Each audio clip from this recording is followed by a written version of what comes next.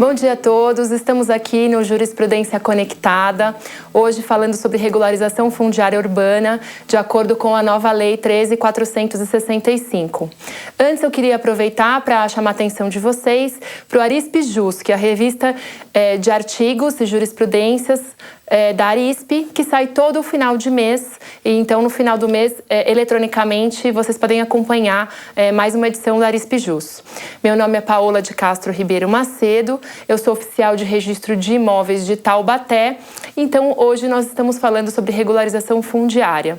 Por que esse tema é bastante importante nós tratarmos agora? Porque a Lei 13.465, ela foi editada em julho, ela é uma lei recente, né? Então, ela é a lei que converteu a medida provisória 759 de 2016, que alterou totalmente o regime jurídico da regularização fundiária. Então, a medida provisória já havia revogado a Lei 11.977, que era a lei de regência da regularização fundiária, e agora a Lei 13.465 veio e converteu a medida provisória em lei definitivamente. Foi publicada no dia 12 de julho, já entrou em vigor na data da sua publicação. Então, nós vamos conversar o que mudou da lei em relação à medida provisória, né? Então, começando com o conceito, como ficou o conceito de regularização fundiária agora na nova lei. Então, é importante vocês entenderem também que a lei, ela modificou muito a medida provisória 759. Foi uma lei que realmente, assim, uma lei de conversão que não foi para acertar só alguns detalhes da medida provisória, não. Ela teve uma mudança estrutural grande de conceitos, coisas que saíram na medida provisória, saíram em relação à Lei 11.977, como a demarcação urbanística, por exemplo, e voltou à tona aqui na lei nova. Então, é uma lei que tem bastante alteração em relação à medida provisória 759. Então, agora nós vamos olhar mais detidamente para as questões que realmente mudaram. Então, a primeira coisa que eu quero falar é do conceito. O conceito, ele ficou parecido, está no artigo 9º da lei, né, o conceito de regularização fundiária, mas ele se alterou em relação à medida provisória. Então, como é que ficou o conceito? Então, regularização fundiária urbana, o que é? São medidas jurídicas, urbanísticas, ambientais e sociais, e aí ele entra no conceito destinadas à incorporação dos núcleos urbanos informais ao ordenamento territorial urbano e à titulação dos ocupantes. Então, veio para o conceito, realmente isso, o conceito de núcleo informal urbano permaneceu, que não era um conceito da Lei 11.977, era um conceito da medida provisória 759. Então, ele se manteve esse conceito de núcleo urbano informal, que esse vai ser o nosso objeto, né, de trabalho. E, então, o que a regularização visa? Incorporação desses núcleos informais ao ordenamento territorial e também a titulação dos ocupantes, que é uma coisa muito valorizada pela lei. Por quê? Porque, por estatísticas, se fez bastante regularização fundiária na Lei 11.977, mas se titulou os ocupantes pouco ainda. Então, dentro do universo de regularizações feitas, a titulação corresponde a 10, 20% de tudo que foi regularizado. Então, essa lei quis facilitar a titulação dos ocupantes. É isso que nós vamos ver agora. Então, o que são núcleos urbanos informais, que é o objeto do nosso estudo? São assentamentos humanos com usos e características urbanas, ainda que situado em área rural. Então, ele manteve o conceito de trabalhar com área urbana ou área rural com destinação urbana. Então, se eu tenho um núcleo urbano informal numa área rural, mas que serve para a moradia das pessoas, isso também poderá ser regularizado com base nessa lei. Também unidades imobiliárias com área inferior à fração mínima de parcelamento, então aí para imóveis rurais mesmo. Se o imóvel for maior do que o módulo mínimo de parcelamento, não faz sentido utilizar os mecanismos da regularização fundiária. Melhor então seria utilizar os mecanismos normais. Então isso a lei estabeleceu dessa forma. E também serve para regularizar loteamentos clandestinos, irregulares ou no qual não foi possível titular os ocupantes. Pode acontecer casos em que se fez a regularização do solo, mas não se conseguiu fazer a titulação dos ocupantes. Então, aí, nesse caso, também podemos utilizar esses mecanismos. Depois nós vamos trabalhar com o próximo slide, que trata de princípios. Então, a medida provisória, eu coloquei aqui os princípios todos que estavam na medida provisória, para mostrar o que foi retirado. A medida provisória 759, ela foi bastante criticada com relação a esses princípios. Por exemplo, tinha lá um princípio da competitividade. O princípio da competitividade é um princípio mais econômico, então os especialistas urbanistas não entenderam o que esse princípio estava fazendo na medida provisória com relação à regularização fundiária. Então agora esse princípio foi retirado, não existe mais. Então o que nós temos lá? Temos sustentabilidade econômica, social e ambiental, temos ordenação territorial, outro princípio retirado foi a eficiência energética e a complexidade funcional, também foi retirado do texto, estava na medida provisória e foi retirado. E ficou então a ocupação do solo de maneira eficiente, combinando o seu uso de forma funcional. Esses são os princípios que permaneceram então na Lei 13.465. Agora nós vamos falar dos objetivos. Também tivemos bastante alteração dos objetivos. Então, por exemplo, tínhamos lá identificação e organização dos núcleos urbanos, e agora entrou de modo a melhorar as condições urbanísticas e ambientais. Houve uma criação de um novo objetivo, que é a criação de unidades imobiliárias e constituição de direitos reais em favor dos ocupantes. De novo, a lei querendo demonstrar que é bastante importante para o legislador titular os ocupantes. Então, ele vai reforçar isso em vários aspectos. Ampliação do acesso à terra urbanizada já estava para a população de baixa renda, integração social e geração de empregos também, estímulo à resolução extrajudicial de conflitos. A gente vai ver que entraram algumas, até arbitragem vem sendo falada nessa nova lei, que não estava na medida provisória. Depois, garantia de moradia digna e condições de vida adequada. Entrou um novo aqui, que é garantia da função social da propriedade, pleno desenvolvimento das funções sociais da cidade, eficiência, ocupação e uso do solo. Entrou mais uma aqui, ó. Prevenção e desestímulo à formação de novos núcleos. Também foi um ponto bastante criticado pelos urbanistas, que é se existe uma facilitação muito grande para se fazer regularização fundiária, pode haver um estímulo para que os núcleos informais urbanos cresçam ainda mais e daí no futuro sejam regularizados. Então há aí um objetivo de prevenção para que isso não aconteça. Depois, concessão de título preferencialmente à mulher, já estava esse objetivo, e participação dos interessados nas etapas do processo. Esse objetivo, ele estava na Lei 11.977, foi retirado na medida provisória 759, muito criticado pela comunidade, porque ia de encontro com a participação da população crescente, com a cidadania, enfim, com todos esses valores relacionados à regularização fundiária, e aí ele voltou agora na lei nova, ele já consta novamente como um dos princípios. Então houve aí parece que o legislador ouviu as críticas da comunidade jurídica e aí esse princípio voltou. Então há um reforço na participação dos interessados em todas as etapas do processo.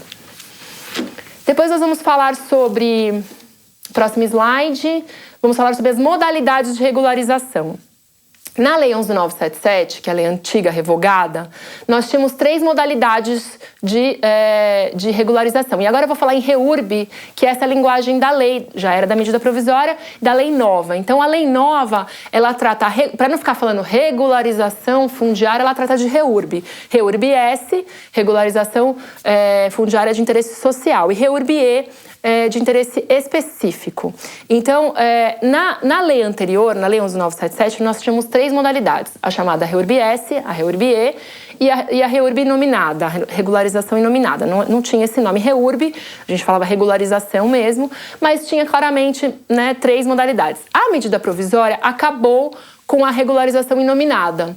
Ela só trazia as 2 modalidades, REURB-S e REURB-E. E também, atendendo a críticas da comunidade jurídica, nós, na Lei 13.465, voltamos com a REURB nominada, ou seja, é uma regularização para parcelamentos que se implantaram e se integraram à cidade antes da Lei 6766, ou seja, antes de 79. E ela voltou com força total, com mais força ainda do que tinha na 11.977. Nós vamos ver isso na próxima. Então, como ficou agora, então? Regularização fundiária de interesse social, Artigo 13, inciso 1, para a população de baixa renda, assim determinada pelo município. Então, esse, por enquanto, é o único critério de diferenciação. Então, REURB-S, população de baixa renda, assim declarada pelo município. E REURB-E, regularização de interesse específico, artigo 13, inciso 2, tudo que não se enquadra na REURB-S. E REURB inominada, está lá no artigo 69, são para glebas parceladas antes de 19/12/79, ou seja, antes da Lei 6766, e implantadas e integradas à cidade. Nós vamos ver quais são os requisitos da REURB inominada, que tem agora bastante força e bastante facilitou ainda mais para a REURB inominada do que era antes no regime da 11977.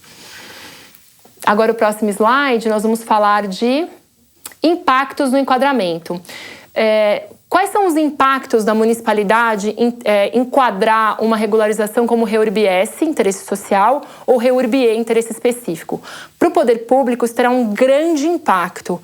Por isso, as municipalidades têm que tomar muito cuidado no enquadramento. Por quê? Porque o enquadramento gerará responsabilidades para o poder público. Por quê? Porque na REURB-S, o custeio tanto do projeto como das obras de infraestrutura, e aí a lei estabelece algumas infraestruturas mínimas e vários estudos técnicos de impacto, né? Então, isso, se for uma REURB-S, ficará a cargo do poder público. Os estudos técnicos para as áreas, nós vamos ver que depois, para as áreas ambientalmente sensíveis, áreas de APP, áreas de uso sustentável, etc., será possível a regularização tanto na modalidade de interesse social como no interesse específico. Mas no interesse social, os estudos técnicos que são exigidos para se fazer a regularização neste tipo de parcelamento são menos rigorosos. Ou seja, a legislação quis tornar mais fácil regularizar se fosse uma REURB-S, em termos de áreas ambientalmente sensíveis.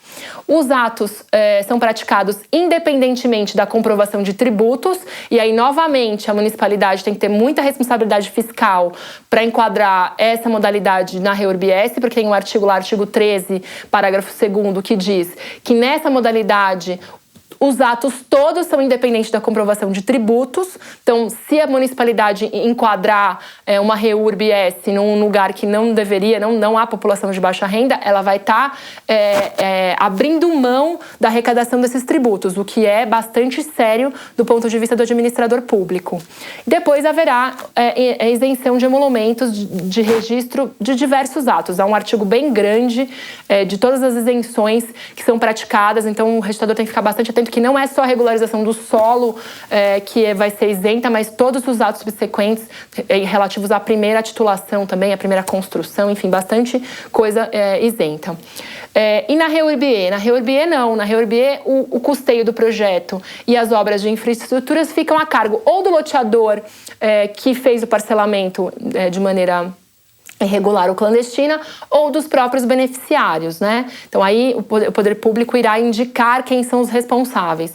Os estudos técnicos para áreas ambientalmente sensíveis são mais rigorosos. A gente vai ver lá no artigo 64 e 65 do Código Florestal, que foi alterado por esta lei, mas são critérios mais rigorosos, estudos mais rigorosos, e os atos dependem da comprovação de tributos e incidem em emolumentos. Então esse vai ser o impacto da municipalidade escolher entre uma modalidade e outra. Muito impacto para nós, registradores, é claro, mas muito impacto para a municipalidade, muito impacto para o poder público.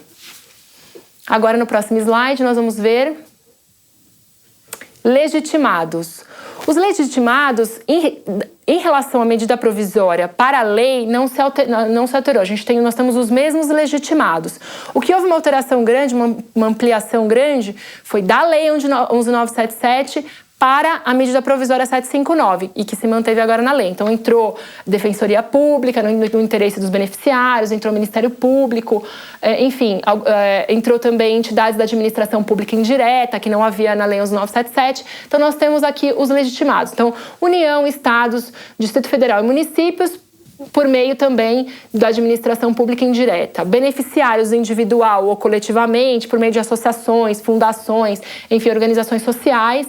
Proprietários, loteadores ou incorporadores, Defensoria Pública em nome dos hipossuficientes e Ministério Público, tá?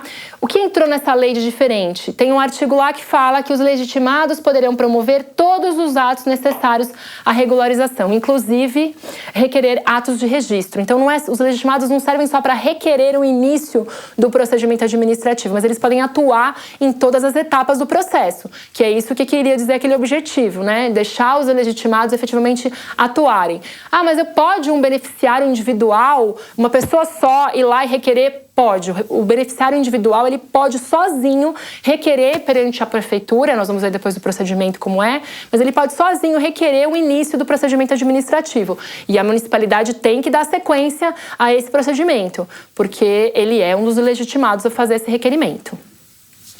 Próximo slide, nós vamos falar de demarcação urbanística.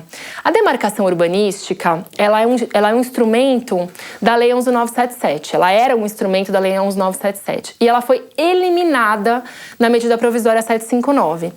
Simplesmente desapareceu. E agora ela retornou novamente ao mundo jurídico na Lei 13.465, desculpe. Como que ela retornou? Ela retornou como uma medida preparatória. Então, ela é facultativa, opcional e preparatória. Qual que é a definição de demarcação urbanística? É um procedimento destinado a identificar os imóveis públicos e privados abrangidos pelo núcleo urbano informal e a obter a anuência dos respectivos titulares de domínio inscritos na matrícula dos imóveis ocupados para a averbação da viabilidade da regularização fundiária. Então, este é o objetivo, esse é o espectro da demarcação urbanística. Aí podem falar alguns, mas para que serve então a demarcação urbanística? Né? Qual que é o diferencial da demarcação urbanística? O diferencial que eu vejo é assim, a regularização fundiária, ela exige estudos, né, principalmente se houver problemas ambientais, estudos técnicos, cronograma de obras, às vezes se área de risco, obras, enfim, exige um procedimento administrativo muito mais amplo, muito mais demorado. E a demarcação urbanística serve para quê? Serve para identificar quais são as matrículas objeto da regularização, colher a anuência desses titulares de domínio enquanto eu estou fazendo os estudos ou enquanto eu estou fazendo as obras, já é uma medida preparatória. Então ela pode ser muito interessante para regularizar esses núcleos que são complicadíssimos, que para chegar numa regularização vai demandar muitos estudos e muitas providências por parte do poder público ou por parte dos interessados. Então, a demarcação ela serve para estabelecer qual é o perímetro da área a ser regularizada, já ir obtendo as anuências, porque nós vamos ver lá que é exigida as anuências dos proprietários, dos confinantes. Então, já fazer essas medidas preparatórias. E aí, averbar a viabilidade da regularização nas matrículas envolvidas. Feito isso, metade do procedimento já está resolvido. A outra metade é só terminar os estudos técnicos e obter as aprovações necessárias. Então, é uma medida preparatória, preliminar e facultativa. Está lá no artigo 19, parágrafo 3º da lei. Então, assim, como é que vai ser feito isso? O auto de demarcação urbanística, com a planta e memorial georreferenciados. Nós vamos falar sobre esses georreferenciados aqui já no projeto. Então, agora, essa é uma das coisas que na minha opinião, vão atrapalhar a regularização, porque o georreferenciamento é uma providência cara, demorada, custosa, né? E muitas prefeituras não vão ter condições de arcar com esse custo. Então, entrou agora esse requisito de ser tudo georreferenciado. Nós vamos conversar melhor sobre isso na parte do projeto de regularização fundiária, mas o fato antes a lei trazia preferencialmente georreferenciados e agora é georreferenciados. Então, tanto a demarcação urbanística como o projeto de regularização fundiária traz esse requisito novo, que, na minha opinião, vai atrapalhar as prefeituras a fazerem as regularizações. Mas vamos ver como é que isso vai se desenrolar. Depois, notificação dos titulares de domínios e confrontantes, pessoalmente ou por via postal. Então, a demarcação urbanística já faz essa notificação para não ter que fazer novamente na regularização fundiária, como uma medida preventiva, né, preliminar.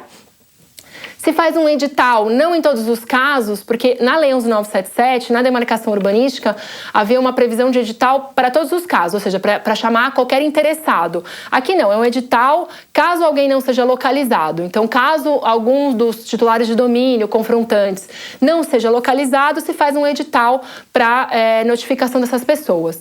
A impugnação subiu de 15 para 30 dias o prazo de impugnação. Então, essas pessoas que são notificadas, elas têm 30 dias para impugnar, o que, na minha opinião, também foi desnecessário. É um prazo bem longo, se você contar, né, que são várias pessoas que têm que ser notificadas, e aí eu tenho que contar 30 dias para todo mundo, e aí o último que for, enfim, vai estender ainda mais o prazo de execução, né, de procedimento na regularização fundiária. Na minha opinião, desnecessária essa ampliação de prazo, mas foi o que a lei fez. A lei fez tanto para a demarcação urbanística como para a regularização fundiária lá.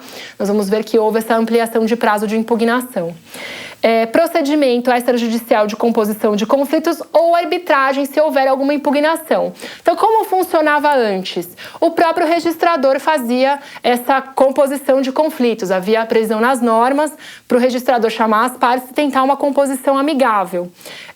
Agora não mais. Vai haver uma tentativa de composição extrajudicial, e aí nós vamos ver mais tarde como que vai ser isso, mas não há mais essa previsão do registrador fazer essa composição amigável, e sim será extrajudicialmente por meio das câmaras de mediação ou até por meio de arbitragem. Como será o procedimento administrativo perante o município? Então, isso é bastante importante entendermos agora como ficou, então, definido esse procedimento de regularização fundiária. Antes, né, na lei revogada, que é a Lei 11.977, o procedimento administrativo se ocorria, né, se formava dentro do registro de imóveis. Então, a municipalidade ingressava com documentos, né, com plantas, com autos, enfim, licenças. Nós abríamos um procedimento administrativo. Se precisasse notificar as notificações, os editais, tudo era feito no registro de imóveis. Nessa nova sistemática, não. O procedimento administrativo migrou inteiro, praticamente inteiro, para o município. Então, é o município que vai fazer o procedimento administrativo para formar o título, depois nós vamos ver qual é o título, para fazer a regularização fundiária. Então, o que ele tem que fazer? Classificar a modalidade da REURB, se vai ser REURB S, REURB E ou REURB inominada, ele tem um prazo para isso. Então, alguém requereu, um daqueles legitimados requereu perante o município essa regularização. Ele vai ter esse prazo para classificar. Ele vai ter que processar, analisar e aprovar os projetos de REURB.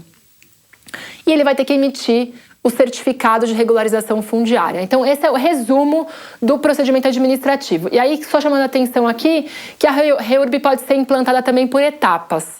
O que são essas etapas, né? Algumas pessoas já me perguntaram, mas etapas é o quê? Primeiro fazer a regularização do solo e depois titular os ocupantes? Isso são etapas? Não, para mim isso não são etapas.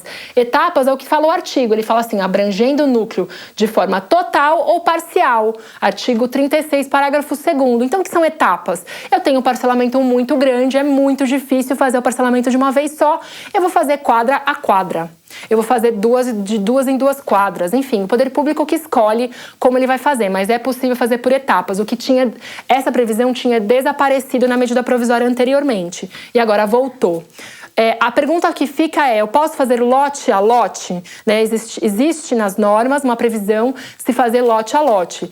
Especialmente útil naqueles casos que eu tenho um parcelamento irregular, em que praticamente foi tudo usucapido e sobrou uns lotes no meio de uma planta totalmente esburacada. Então, essa lote a lote é útil principalmente nesses casos. Mas não há previsão legal ainda para esses lotes. Vamos ver se as normas refletem essa mesma previsão que há ainda nas normas, essa revisão das normas com base na lei nova vai contemplar esse lote a lote. Próximo slide, por favor. as fases do procedimento administrativo, então, perante a municipalidade. Então, nós temos, primeiro, o requerimento dos legitimados. Claro que o município pode ingressar de ofício, pode abrir o procedimento de ofício, mas também pode ser por requerimento dos legitimados. O processamento do requerimento com as devidas notificações para impugnação em 30 dias. E aí, de novo, houve um aumento de prazo de impugnação de 15 para 30, o que vai demorar um pouco mais. Elaboração do projeto de regularização, que vai ser ou do próprio poder público, se for REURB-S, ou pelos interessados na REURB-E. Decisão, saneamento do processo administrativo, decisão da autoridade competente, que deve indicar as intervenções necessárias, aprovar o projeto, indicar e declarar os ocupantes e seus direitos reais. Então, isso é um dos diferenciais da lei anterior, revogada, 11977, para a lei nova. A lei já quer que saia da municipalidade já com os ocupantes e já com os direitos reais a eles cabíveis, né? Porque existem, depois nós podemos ver em outra oportunidade, quais são os tipos de direitos reais que a lei elencou. Nós não vamos tratar disso por falta de tempo, mas a lei ampliou até um pouco mais o rol de direitos reais cabíveis aí para esses ocupantes. Depois, aprovação municipal, isso é bastante importante. A aprovação municipal da REURB, pela lei nova, né, pela lei 13.465, ela corresponde à aprovação urbanística e ambiental se o município tiver órgão competente. Isso foi uma das coisas que foram mais criticadas na medida provisória 759. Por quê? Porque na lei anterior, na 11977, havia essa previsão no município aprovar tanto urbanisticamente como ambientalmente, se tivesse um órgão ambiental capacitado, e na medida provisória essa possibilidade sumiu. Então aí gerou um mal-estar na comunidade, porque isso dependeria então de aprovações estaduais, então dos convênios, né, com cidade legal, e isso algumas prefeituras já estavam acostumadas a fazer essas aprovações porque tinham órgãos competentes, e isso deu uma assustada na comunidade. Agora, com a lei nova, isso foi alterado novamente, agora há uma previsão lá de que se a prefeitura tiver um órgão ambiental capacitado, é possível sim fazer essa aprovação. E depois ela vai lá e vai expedir a certidão de regularização fundiária, a CRF. Então vamos lá, em termos também ainda dentro do procedimento perante o município. Então, resumindo, os municípios vão fazer buscas para localização das matrículas e transcrições atingidas e também dos confrontantes. Ele vai ter que notificar, aí aqui fala titulares de domínio, e aí fica uma dúvida, porque o artigo 28, inciso 2, fala em titulares de domínio. Já o artigo 31, parágrafo 1º, fala titulares de direitos reais. Então aí, o município terá que intimar somente os titulares de domínio ou também os titulares de qualquer direito real inscrito nas matrículas atingidas. Ficamos com essa dúvida, esperamos que isso seja solucionado via normas, mas enfim, ficamos com essa dúvida. E além disso, continuamos com o problema daquelas matrículas enormes em que há diversos registros de fração ideal registradas na matrícula, e aí os titulares de domínio são 500 pessoas, 600 pessoas. Então, tornará o procedimento bastante complicado, bastante demorado, bastante meticuloso, porque a notificação de muitas pessoas é o que mais atrasa o procedimento, né? É o que mais demora. Por quê? Porque muitas vezes você intimar 500 proprietários e aí você tem um entorno, por exemplo, de confrontantes, que esse é o próximo ponto que tem que intimar, e você tem um loteamento. Então você confronta com 300 lotes de um loteamento. Tem que intimar todo mundo. Então, o procedimento acabou ficando, com relação à Lei 11977, mais complicado, mais demorado e mais trabalhoso. O que nós vamos discutir agora? Primeiro, nesses casos de fração ideal, em que a pessoa tem uma fraçãozinha ideal lá, enfim, ela tem um lote, mas são muitas pessoas, vou ter que intimar todo mundo? Segundo ponto, a minha regularização fundiária cai certinha numa matrícula, ou em duas matrículas, enfim. Ela não há possibilidade de invadir os confrontantes, ela está dentro da matrícula atingida ou dentro das matrículas atingidas, eu preciso mesmo assim intimar os confrontantes? Do jeito que a lei está, sim. Mas esperamos também que isso seja flexibilizado de alguma forma, porque às vezes são muitos. Quando eu tenho 4 confrontantes, é fácil. Agora, quando eu tenho um loteamento confrontando, quando eu tenho vários imóveis, até irregulares confrontando, fica muito difícil notificar todo esse contingente de pessoas. Então, não há possibilidade dessas pessoas estarem sofrendo nenhum tipo de lesão. Por quê? Porque não há expansão da figura da regularização fundiária para além das matrículas atingidas. Então, não haveria necessidade, nesses casos, de intimar os confrontantes, mas do jeito que a lei está, tem que intimar. Depois, os responsáveis pelo núcleo irregular. Então, é aquele loteador que vendeu, né, que praticou esse loteamento irregular ou clandestino, ele também será intimado. Aí ele vai ter que analisar se há áreas de APP, se tem área de risco, se tem área de conservação, se tem área de reservatório, enfim, todas as coisas que a lei diferencia, isso o município terá que analisar, fazer estudos, enfim, tudo que for necessário de acordo com a característica de cada parcelamento. Fim do procedimento, então, será emitida a CRF, que é a Certidão de Regularização Fundiária, que vai conter tanto aprovações, né, tanto a descrição, porque ela vai vir junto com o projeto de regularização, como a lista de ocupantes e seus direitos reais.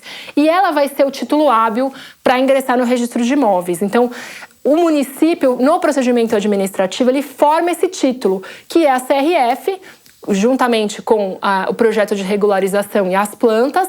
Isso vai ser o título que vai ingressar, agora vamos ver no próximo slide, que vai ingressar no registro de imóveis, né? Então, vou falar só um pouquinho do projeto, como é que ele tem que ser.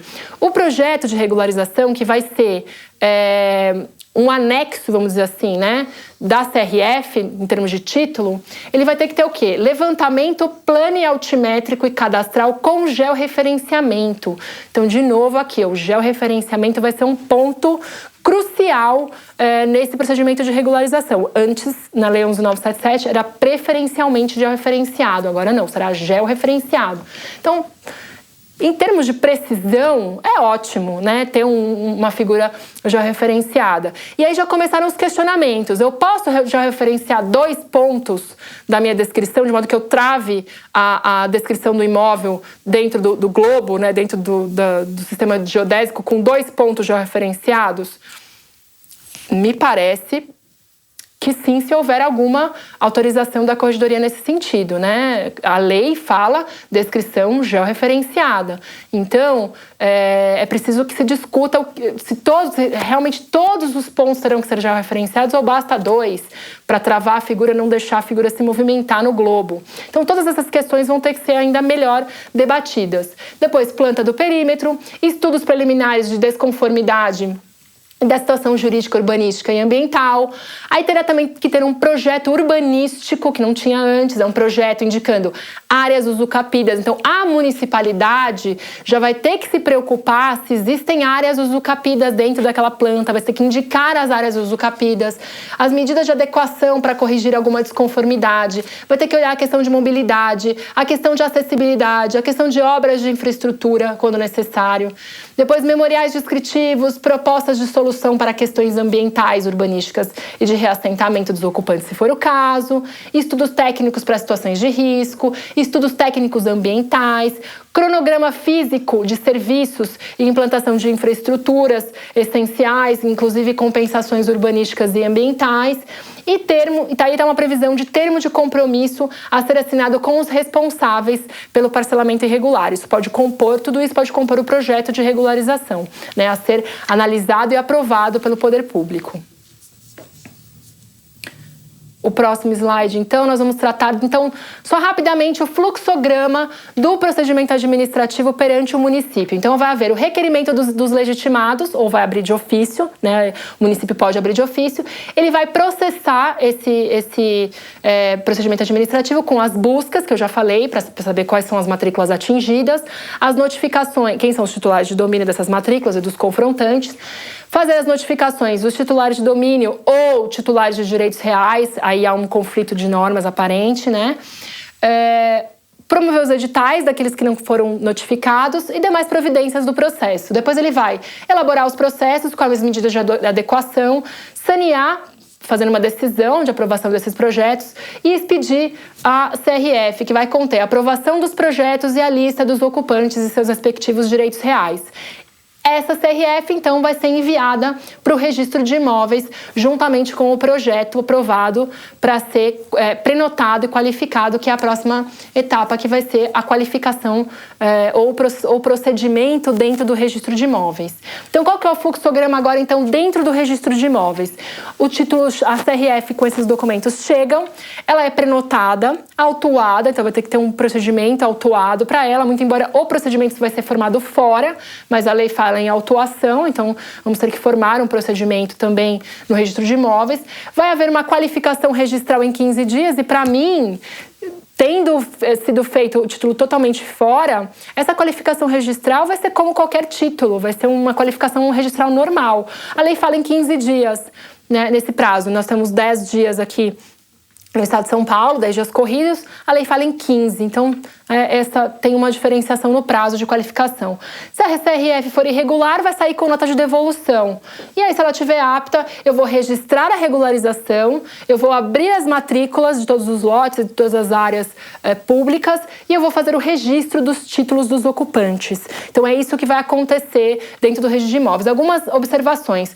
O procedimento independe do cancelamento de cadastro no INCRA, então se for um imóvel rural, eu não preciso primeiro descadastrar no INCRA para poder fazer o procedimento, não, eu faço o procedimento, depois nós vamos ver que eu tenho que notificar o INCRA, não só o INCRA, como outras entidades que a lei manda. Depois, o oficial, como eu falei, né, notificará o INCRA após o registro da CRF. Pois o prazo do procedimento será de 60 dias prorrogáveis por mais 60.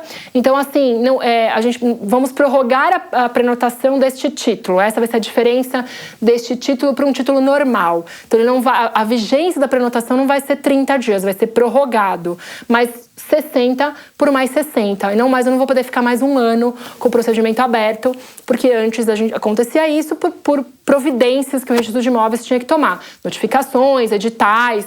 E hoje em dia isso não mais vai acontecer, porque o procedimento vai vir pronto.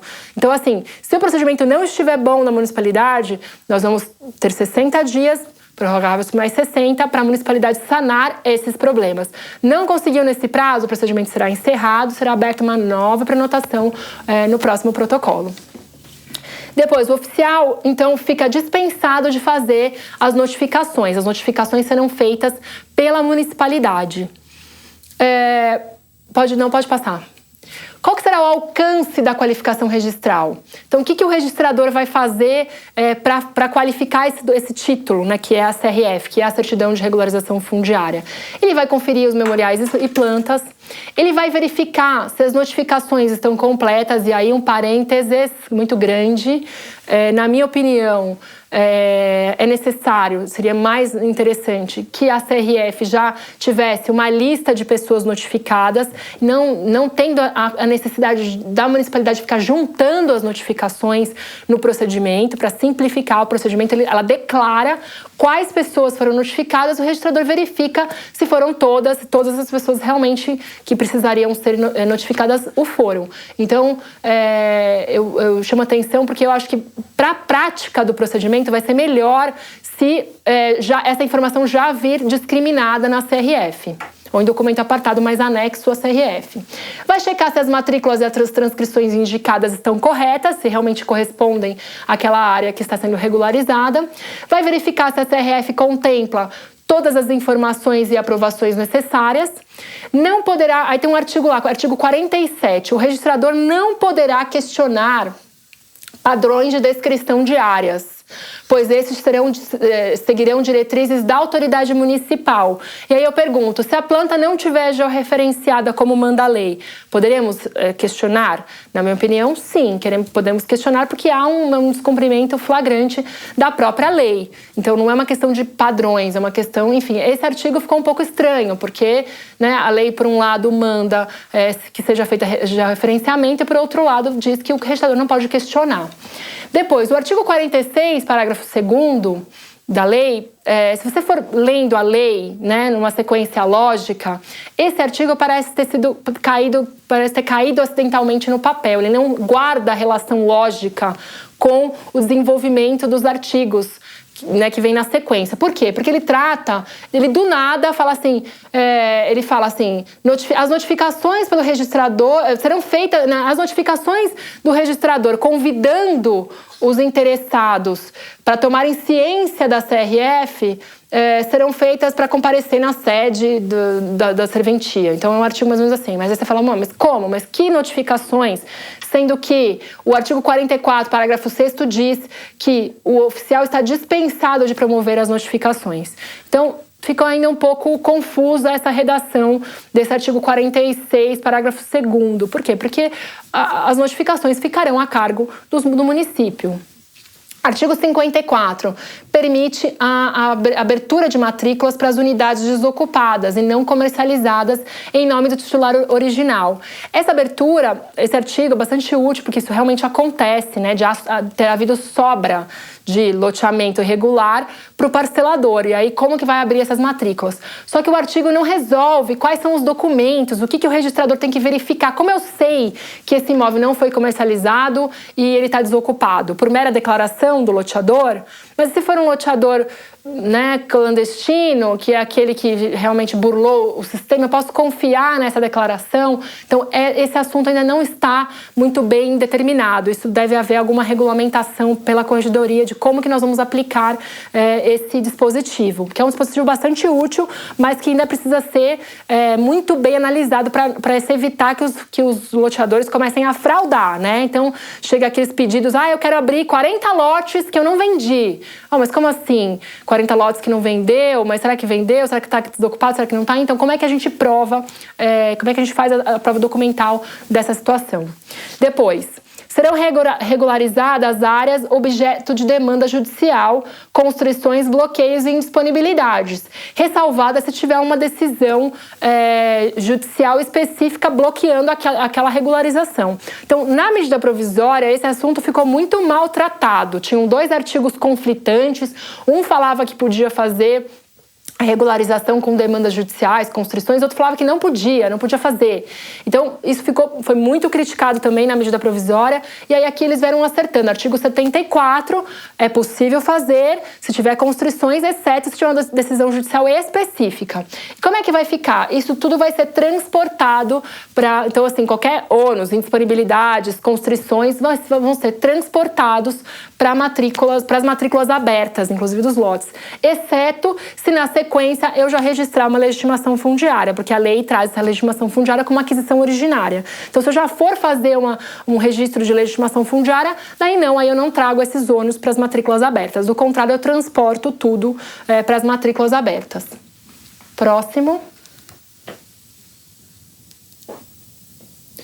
E a REURB nominada, que a gente tinha conversado no começo, como ficou? Ela voltou com força total. Então, é o artigo 69, para as glebas parceladas antes da Lei 6766, né, antes de 79, o interessado vai apresentar para o oficial os seguintes documentos: planta da área em regularização, assinada pelo interessado e por profissional com RT. Aqui não há necessidade de georreferenciamento, então é uma planta simples. Descrição do perímetro da área, dos lotes, das áreas públicas e as áreas com destinação específica. E documento expedido pelo município atestando que o parcelamento foi implantado antes de 79 e está integrado à cidade. Então, com isso, a REURB inominada cumpre o seu papel. Não precisa de CRF, não precisa de aprovação de projeto, não precisa de estudo técnico, de licença, de alvará ou de qualquer outra manifestação, inclusive das notificações. A lei fala não precisa de quaisquer outras manifestações. Então, a notificação também não. Então, é um procedimento bastante simples. Então, assim, o interessado pode providenciar tudo isso. O que ele precisa só da prefeitura é uma certidão que está implantado antes de 79 e que está integrado à cidade. Muito simples. Dá para fazer essa REURB inominada nesses casos. Próximo slide, por favor. Depois, a regularização em áreas ambientalmente sensíveis. Como ficou isso, né? Então, áreas de preservação permanente, APP, área de unidade de conservação de uso sustentável, de proteção de mananciais. Como ficou isso? É possível fazer a regularização tanto na REURB-S, interesse social, como para REURB-E, interesse específico. Só que os estudos técnicos que vão justificar essas melhorias, então tem que haver estudos técnicos que justifiquem a melhoria ambiental em relação à situação anterior. Então, há necessidade da municipalidade demonstrar, ou o interessado demonstrar, que com a regularização a parte ambiental vai ficar melhor agora do que estava antes, né? Só que, inclusive com compensações ambientais, se for o caso. Só que os estudos são mais rigorosos para REURB-E do que para REURB-S. Então, também aí é um impacto no enquadramento. Em áreas de conservação de uso sustentável, regidas por essa lei, vai ser necessária a anuência também do órgão gestor da unidade. E em áreas às margens de reservatório artificial de água para geração de energia ou abastecimento, tem uma distância mínima que precisa respeitar. Áreas de risco geotécnico ou de inundação, os estudos ainda são mais rigorosos e eles prevêem que tem que haver a eliminação, a correção ou a administração do risco. E as obras para fazer, as medidas para eliminar ou conter esses riscos têm que ser feitas antes da aprovação da regularização. Então, isso ficou bem tratado aqui na nova lei.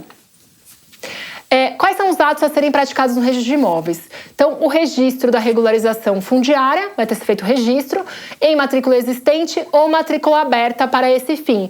Há uma previsão de abertura de matrícula. Então, se eu não achei a área, eu não achei as matrículas atingidas, eu posso abrir uma matrícula para essa finalidade.